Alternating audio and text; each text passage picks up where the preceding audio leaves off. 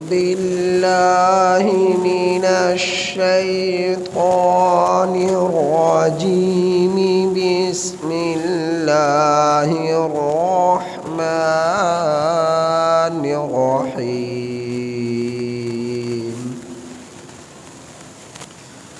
قل يا أيها الناس قد جاءكم الحق من ربكم فمن اهتدى فإنما يهتدي لنفسه ومن ضل فإنما يضل عليها وما أنا عليكم بوكيل.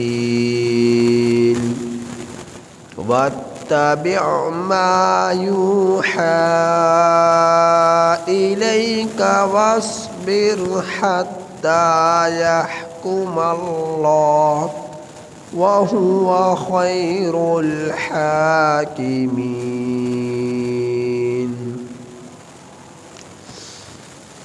سورہ یونس کی آیت نمبر 108 تا 109 آپ حضرات کے سامنے تلاوت ہوئی. یہ سورہ یونس کی آخری آیات کریمہ ہیں اور اس سورہ یونس کے بعد پھر سورہ ہود شروع ہونے جا رہی ہے. ان آیات کریمہ کا ترجمہ یہ ہے: قل یا ایہا الناس، اے میرے پیغمبر آپ کہہ دیجئے، اے انسانوں، اے لوگوں، یا ایہا الناس، اے انسانوں، اے لوگوں، قد جاءکم الحق، تحقیق تمہارے پاس آ چکا حق، من ربکم، تمہارے رب کی طرف سے، فمن اہتدی، بس وہ شخص جو ہدایت یافتہ ہوا، فَإِنَّمَا يَهْتَدِي لِنَفْسِهِ، تو پختہ بات ہے کہ ہدایت یافتہ ہونے کا نفع اس کی اپنی ذات کے لیے ہوگا. وَمَنْ ضَلَّ، اور جو شخص گمراہ ہوا، فَإِنَّمَا يَضِلُّ عَلَيْهَا، تو پختہ بات ہے اس کی گمراہی کا نقصان اس کی اپنی ذات پر ہوگا. وَمَا أَنَا عَلَيْكُمْ بِوَكِيلٍ، اور نہیں ہوں میں تم لوگوں پر کارساز. وَاتَّبِعْ، اور آپ پیروی کیجئے، اتباع کیجئے، ما یوحیٰ الیک، اس چیز کی جو وحی کی گئی آپ کی طرف. واصبر، اور آپ صبر کیجئے، حتیٰ یحکم اللہ، یہاں تک کہ اللہ فیصلہ کر دے. وَهُوَ خَيْرُ الْحَاكِمِينَ، اور وہ اللہ بہتر فیصلہ کرنے والا ہے. پچھلی آیات کریمہ میں اس بات کو کھول کر اللہ رب العزت نے وضاحت کے ساتھ فرما دیا نبی کریم صلی اللہ علیہ وسلم کی وساطت سے کہ اے میرے پیغمبر ان لوگوں سے کہیے مشکل کشا، حاجت رواں، دستگیر، دسترس میں اللہ سبحانہ و تعالی کی ذات ہوں۔ آپ ان سے کہیے، ان کافروں سے، ان مشرکوں سے، کہ میں اس اللہ کی عبادت کرتا ہوں جس کے سوا نہ کوئی مشکل کشا ہے، نہ حاجت رواں ہے، نہ دستگیر ہے، نہ دسترس ہے۔ پوری کائنات کا خالق وہ اکیلا اللہ ہے، میں اس کی عبادت کرتا ہوں، کرتا رہوں گا، اس پر ایمان لاتا ہوں اور لاتا رہوں گا۔ اور جن کی تم عبادت کرتے ہو نا، لات، منات، عزا، اور اللہ کے ساتھ نسبتیں اولاد کی جوڑتے ہو، میں ان کی عبادت نہیں کرتا۔ اور جو یہ تم کرتے ہو یہ کفر ہے، یہ شرک ہے۔ اور اللہ نے مجھے حکم دیا ہے کہ میں ایمان والوں میں سے ہو جاؤں، مومن ہو جاؤں، یقین رکھنے والا ہو جاؤں، ایمان لانے والا ہو جاؤں۔ اور مجھے میرے رب نے حکم دیا ہے میں قائم رکھوں اپنے چہرے کو دین کے لیے یکسو ہو کر۔ نبی اور شرک دونوں ایک ساتھ جمع نہیں ہو سکتے۔ رب کی عبادت میں شرک جمع نہیں ہو سکتا، بالکل اس طرح جس طرح دن اور رات ایک ساتھ جمع نہیں ہو سکتے، اسی طرح شرک اور نبوت یہ دونوں ایک ساتھ جمع نہیں ہو سکتی۔ نبی کے شرک قریب سے بھی نہیں بھٹکتا۔ تو اللہ رب العزت پیغمبروں کی کفر سے، شرک سے، برائیوں سے حفاظت فرماتے ہیں، شیطانی کاموں سے حفاظت فرماتے ہیں۔ تو میں ایک اللہ کی طرف دین اسلام پر کے مطابق ایک اللہ پر ایمان رکھ کر زندگی گزارتا ہوں، اور تمہیں بھی اسی چیز کی دعوت دیتا ہوں۔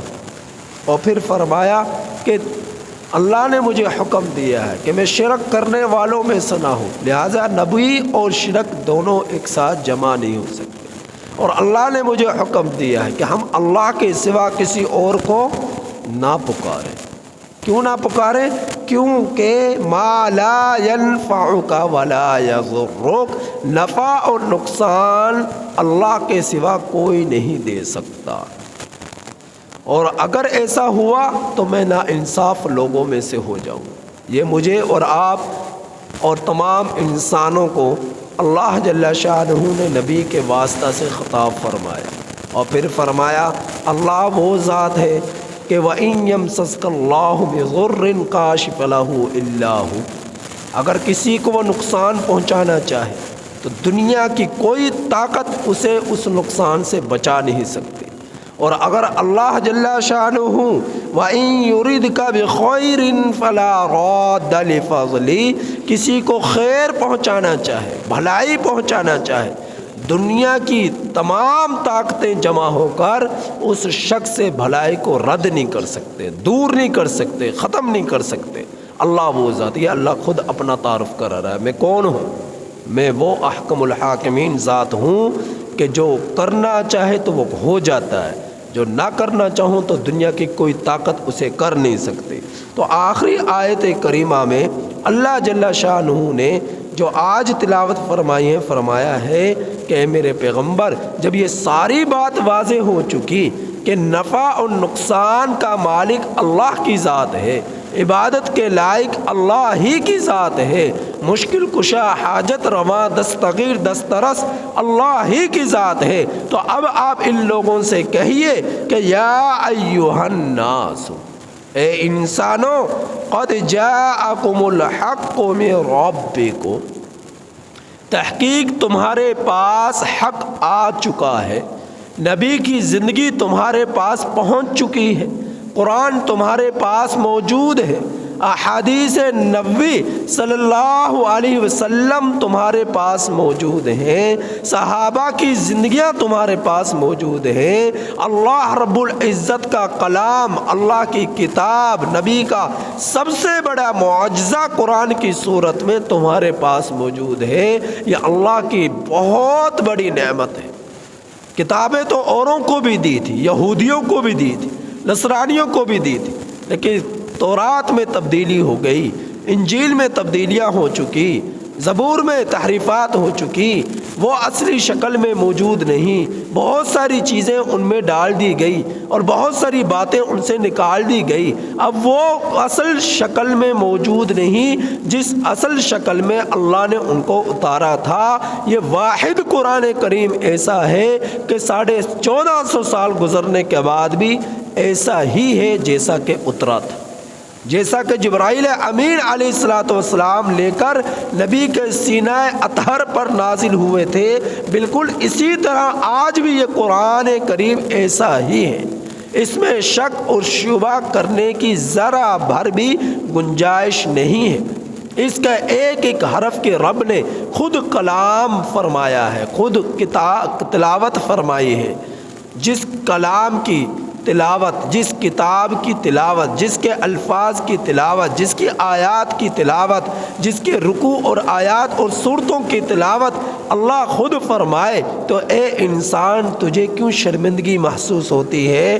تیرے پاس کیوں وقت نہیں ہے کہ تو اس کلام کی تلاوت کرے، اس کلام کو پڑھے، اس کو سمجھے، اس کو سیکھے اور اس سے تعلق کو مضبوط کرے؟ تیرے پاس وقت کیوں نہیں ہے جب پورے کائنات کا خالق نے خود تلاوت جس کلام کی تو کیوں نہیں کرتا؟ اے احمق انسان، تو اس کی قدردانی کیوں نہیں کرتا؟ تو اللہ فرما رہا ہے کہ اے انسانوں، اے میرے پیغمبر ان سے کہیے تمہارے پاس حق آ چکا ہے من ربکم، تمہارے رب کی طرف سے۔ اب جب حق پہنچ چکا، شریعت اسلام تمہارے پاس پہنچ چکی، دین نبوی صلی اللہ علیہ وسلم تمہارے پاس بحفاظت پہنچ چکا، ذرا بھر بھی اس میں شک کی گنجائش نہیں ہے، نہ اس میں رد و بدل ہوا، نہ تبدیلیاں ہوئی۔ قرآن جیسا اترا ایسا موجود، نبی نے جو فرمایا وہ سب کچھ موجود، تو پھر فَمَنِ اهْتَدَىٰ فَإِنَّمَا يَهْتَدِي لِنَفْسِهِ، جس شخص کا چاہے وہ ان کے ذریعے ہدایت یافتہ ہو جائے اور ان پر ایمان لا کر، ان کے مضامین کو قبول کر کر، ان باتوں پر شریعت کو اپنا کر ہدایت یافتہ ہو جائے، تو اس ہدایت یافتہ ہونے کا زید بکر کو فائدہ نہیں، اس ہدایت یافتہ ہونے کا تجھے اپنی ذات کے لیے نفع بخش ہوگا۔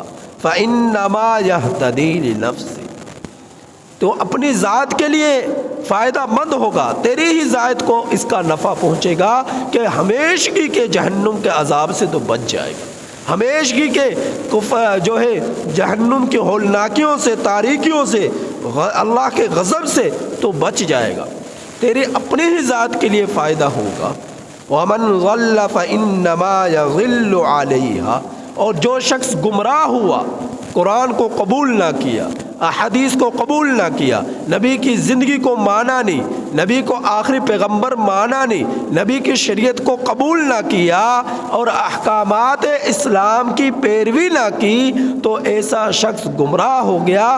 تو گمراہی کا نقصان کسی اور کو نہیں، اس کی اپنی ذات کے لیے ہوگا، اس کی اپنی ذات کے لیے ہوگا، اس زید کے لیے، اس بکر کے لیے، اس عمر کے لیے، اسی کے لیے نقصان ہوگا، ان انسانوں کے لیے نقصان دہ ہوگا جو انسانوں میں سے مسلمان نہ ہوئے اور مسلمان ہو کر شریعت کے مطابق زندگی نہ گزارے، تو اس کا نقصان کسی اور کو نہیں، اس کی اپنی ذات کے لیے ہوگا۔ وہ علامہ اقبال نے کیا خوب فرمایا تھا کہ کسی کا نہیں بنتا تو نہ بن، کم از کم اپنے من کے اندر ڈوب کر پا جا سراغ زندگی، کسی کا نہیں بنتا تو نہ بن، کم از کم اپنا تو بن، اپنا تو سوچ، کسی کے لیے نہیں سوچتا تو نہ سوچ، کم از کم اپنا تو سوچ کہ میں جہنم سے کس طرح بچ جاؤں، اللہ کے غضب سے کس طرح بچ جاؤں، اپنی زندگی کو قیمتی بنا، تیری جگہ پر کوئی اور عذاب میں نہیں جائے گا کہ تو کفر پر جمع رہے، تو قرآن کی بے حرمتیاں کر، تو نبی کی نبوت کا انکار کر، تو شریعت سے دور زندگی رہ کر گزارے اور تو جنت میں چلا جائے، تیری جگہ پر جہنم میں اللہ کسی اور کو بھیج دے، تو ایسا نہیں ہوگا۔ جو شخص جیسا کرے گا اسے اپنے کیے کا جو ہے اپنے کیے اعمال جو اس نے زندگی میں کیے برے، اس کی سزا بھگتنی پڑے گی۔ اچھے عمل کیے تو اس کا انعام ملے گا، برے کام کیے اس کی سزا ملے گی، یہ اللہ کا دستور ہے۔ تو اللہ فرما رہا ہے کہ گمراہ ہوا تو گمراہی کا نقصان اس کے اپنے نفس پر ہوگا، کسی اور پر نہیں ہوگا۔ اور پھر فرمایا وما انا علیکم بوکیل، اور میں تم لوگوں پر کارساز نہیں ہوں، میرا ذمہ داری تھی کہ میں تمہیں اللہ کا پیغام پہنچا دوں، اللہ کی شریعت تم تک پہنچا دوں، اللہ کا قرآن تم تک پہنچا دوں، میں پہنچا چکا۔ اب تم نہیں قبول کرو گے تو میری کوئی ذمہ داری نہیں۔ اگر تم کفر پر مر گئے، شرک پر مر گئے کہ میں تمہیں جہنم سے نکال کر جنت میں لے جاؤں، میں تو ان کو لے جاؤں گا جو ایمان یافتہ ہوں گے، ہدایت یافتہ ہوں گے، ان کے حق میں شفاعت کروں گا، سفارش کروں گا۔ پھر میرے اللہ نے فرمایا اے میرے پیغمبر آپ ان سے کہیے کہ واتبع، اللہ کے رسول صلی اللہ علیہ وسلم کی وساطت سے امت کو خطاب فرمایا، جب شریعت آ چکی، حق آ چکا، دین آ چکا، قرآن آ چکا، تو اب اس کی پیروی کیجیے۔ ما یوحی الیک، جو وحی کی گئی آپ کی طرف، قرآن کریم، احادیث مبارکہ جو اللہ کے رسول صلی اللہ علیہ وسلم نے بیان کی، وہ سب کے سب قرآن کریم کی شروحات ہے، عملی زندگی میں کر کر دکھلایا جو قرآن میں رب نے فرمایا۔ تو فرمایا جو وحی کی گئی آپ کی طرف اس کی پیروی کیجیے، وصبر، اور صبر کیجیے۔ یاد رکھنا جو دین حق پر چلتا ہے، شریعت اسلام پر چلتا ہے، دین کے تقاضوں پر عمل کرتا ہے، تو ایسے شخص کی زندگی میں بھوچال آ جایا کرتا ہے، پریشانیاں آتی ہیں، غم آتے ہیں، بیوی بچوں کی طرف سے، خاندان کی طرف سے، کنبے قبیلے کی طرف سے، برادری والوں کی طرف سے، تو آسان کام نہیں ہے دین اسلام پر عمل کرنا۔ میرے نبی نے فرمایا دین اسلام کے مطابق زندگی گزارنا اس طرح ہے جس طرح کہ اپنے ہاتھ میں انگاروں کو لے لیا گیا ہو، جس طرح کہ اپنے ہاتھ میں انگارے رکھ لیے گئے ہوں، اس طرح دین اسلام پر حق پر چلنا مشکل ہوتا ہے۔ لیکن جو ان مشکل گھڑیوں سے زندگی بسر کر گیا، اللہ اس کی زندگی کو سرخ رو فرما دے گا، کامیاب اسے فرما دے گا، اللہ اس سے راضی ہو جائے گا، اس کی آخرت کو سنوار دے گا۔ لیکن جس نے ان انگاروں کو قبول نہ کیا، تکلیفوں کو برداشت نہ کیا اور حق سے پھر گیا، تو اس نے اپنی دنیا اور آخرت دونوں برباد کر ڈالی۔ تو اللہ فرما رہا ہے کہ آپ پر جب آپ دین پر چلے تو آپ نے کیا کرنا ہے، جب پریشانیاں آئیں گی، غم آئیں گے، وَاصْبِرْ، تو آپ صبر کیجیے، تو آپ ان غموں پر صبر کیجیے، ان پریشانیوں پر صبر کیجیے، ان انگاروں پر صبر کیجیے۔ یہی وجہ تھی نبی کریم صلی اللہ علیہ وسلم کو 40 سال زندگی کے گزر گئے تو سب آپ کو صادق کہتے، امین کہتے، محبت کرتے، اور جو ہے آپ صلی اللہ علیہ وسلم کو لیے اچھے اچھے القابات سے آپ کو پکارا کرتے اور آپ سے محبت کرتے، آپ کی تعریفیں کرتے، آپ کے سامنے بھی آپ کے عدم موجودگی میں بھی۔ برادری میں آپ کا نام تھا، آپ کا چرچا تھا، مکہ والوں میں ہر ایک عزت کی نظر سے آپ کو دیکھتا۔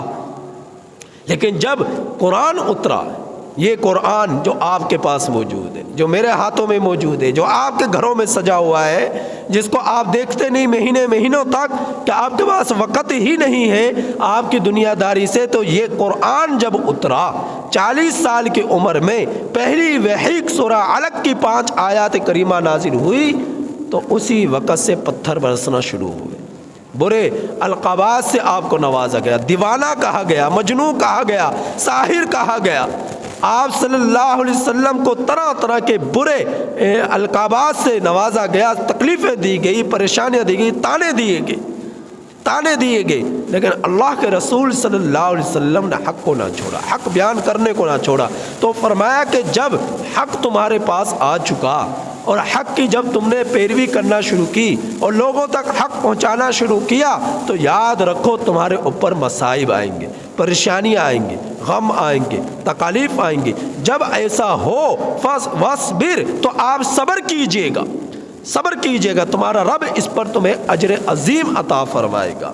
حتیٰ یحکم اللہ، یہاں تک کہ اللہ فیصلہ فرما دے، وَهُوَ خَيْرُ الْحَاكِمِينَ، اور وہ اللہ بہتر فیصلہ فرمانے والا ہے۔